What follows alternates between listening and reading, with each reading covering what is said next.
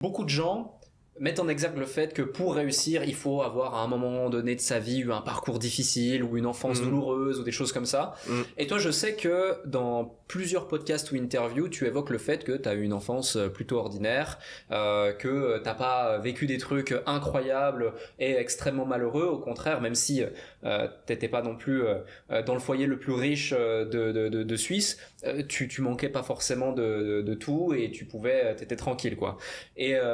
Et du coup, la question, c'est que tu sais, souvent, certains entrepreneurs justifient leur succès par justement des moments douloureux ou des déclics qui vont faire que tu es au pied du mur, ou même encore voilà des downs extrêmement bas pour avancer. Et toi, j'ai pas identifié ce même pattern justement, et la question que je me pose, plus que de te dire est-ce que tu penses que toute personne normale pourrait réussir, pour moi, la réponse est clairement oui à partir du moment où tu te donnes les moyens. C'est d'où te vient cette volonté, cette force, cette compétitivité, cette envie d'aller toujours plus loin, d'être toujours le meilleur et le numéro un dans ce que tu fais. Et tu sais, être le numéro un, avoir la volonté de l'être et être prêt à payer le prix pour l'être réellement et mobiliser l'effort pour l'être, il y a quand même un gap assez énorme, tu vois. Ouais. Alors, on passe de 99,9% des gens à 0,001% des gens. Et tu le sais aussi bien que moi, je pense. Ouais. Qu'est-ce qui, selon toi, fait que tu as ce truc en plus que certains n'ont pas et que tu as été en capacité de le manifester dans ta vie? Je pense, j'aime pas, je dis souvent que j'ai pas eu une enfance ou une vie spécialement difficile parce que j'aime pas me plaindre et je sais qu'il y a toujours bien pire. Déjà, rien que le fait que de naître en Europe, pour moi, tu peux pas dire que tu as eu une vie difficile dans 99% des cas. Parce que quand tu nais en Afrique ou en Asie ou dans certains pays où il n'y a pas du tout les infrastructures qu'il y a ici, tu es dans une situation on peut même pas imaginer à quel point c'est plus difficile. Donc déjà, rien qu'à ce niveau-là, j'aime pas me plaindre.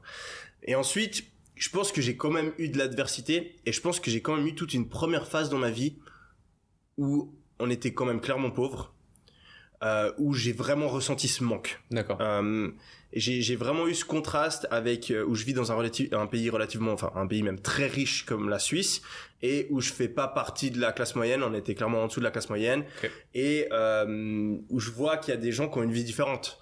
De base, quand j'habitais à Lausanne avec à travers mon meilleur ami de l'époque qui était fils d'architecte et des fois j'allais chez lui et c'était pas du tout la même chose. Et ensuite, encore plus quand j'ai déménagé parce que ma mère et mon père se sont séparés quand je devais avoir 8 ans. Ma mère a déménagé à Saint-Léger qui est un petit village en dessus de Montreux.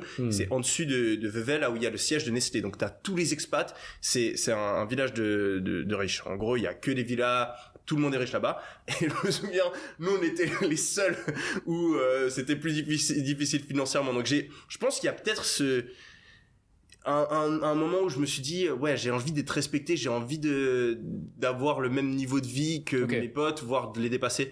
Donc je pense qu'il y a peut-être ça. Et après il y a aussi clairement la mentalité de mon père qui est quelqu'un de très ambitieux et de très compétitif lui aussi et qui me l'a transmis dès mon plus jeune âge à travers le foot surtout parce que il était toujours là pour m'accompagner au match de foot et il était très très très très dur avec moi.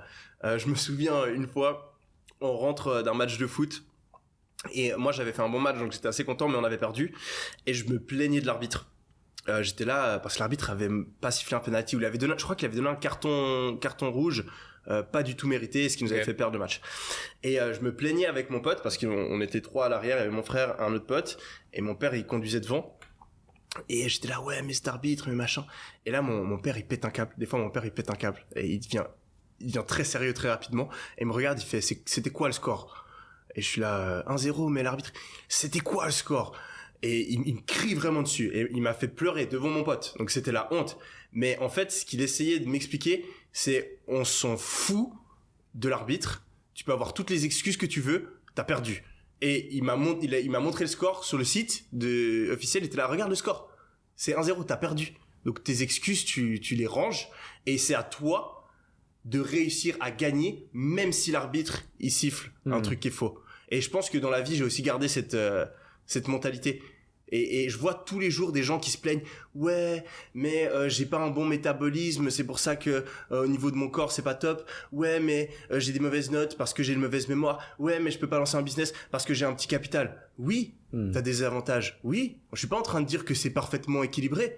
Bien sûr qu'il y a des gens qui ont plus de chance que toi. Bien sûr qu'il y a des gens qui partent avec un point de départ beaucoup plus facile.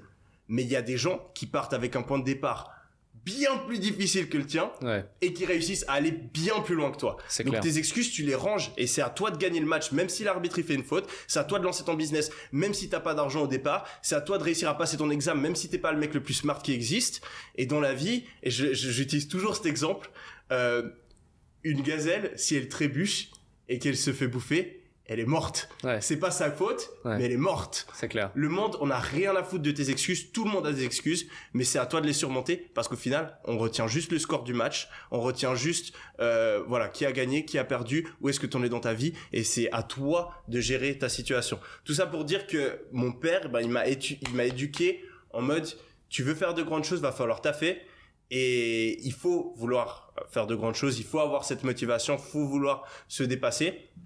Et je pense que la combinaison de ce manque d'un point de vue richesse, plus l'éducation à la dure de mon père, plus potentiellement je pense quelque chose dans mes gènes, parce que je l'ai vraiment depuis que je suis gamin.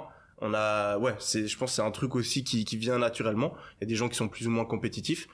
Tout ça, ça m'a poussé à, de base, être à fond dans le foot, ensuite être à fond dans les études, et maintenant, être à fond dans le business. Et oui, comme tu l'as dit, vouloir être le meilleur dans mes thématiques, etc. Toujours pousser plus loin, alors que j'aurais pu m'arrêter il y a bien longtemps. Tous mes objectifs que je m'étais fixés quand je me suis lancé de base, je les ai dépassés depuis longtemps. Mais je travaille tout autant qu'il y a 3 ans, parce que je pense qu'au final, ce qui me motive le plus, c'est progresser et aller toujours plus loin et me challenger en fait au final.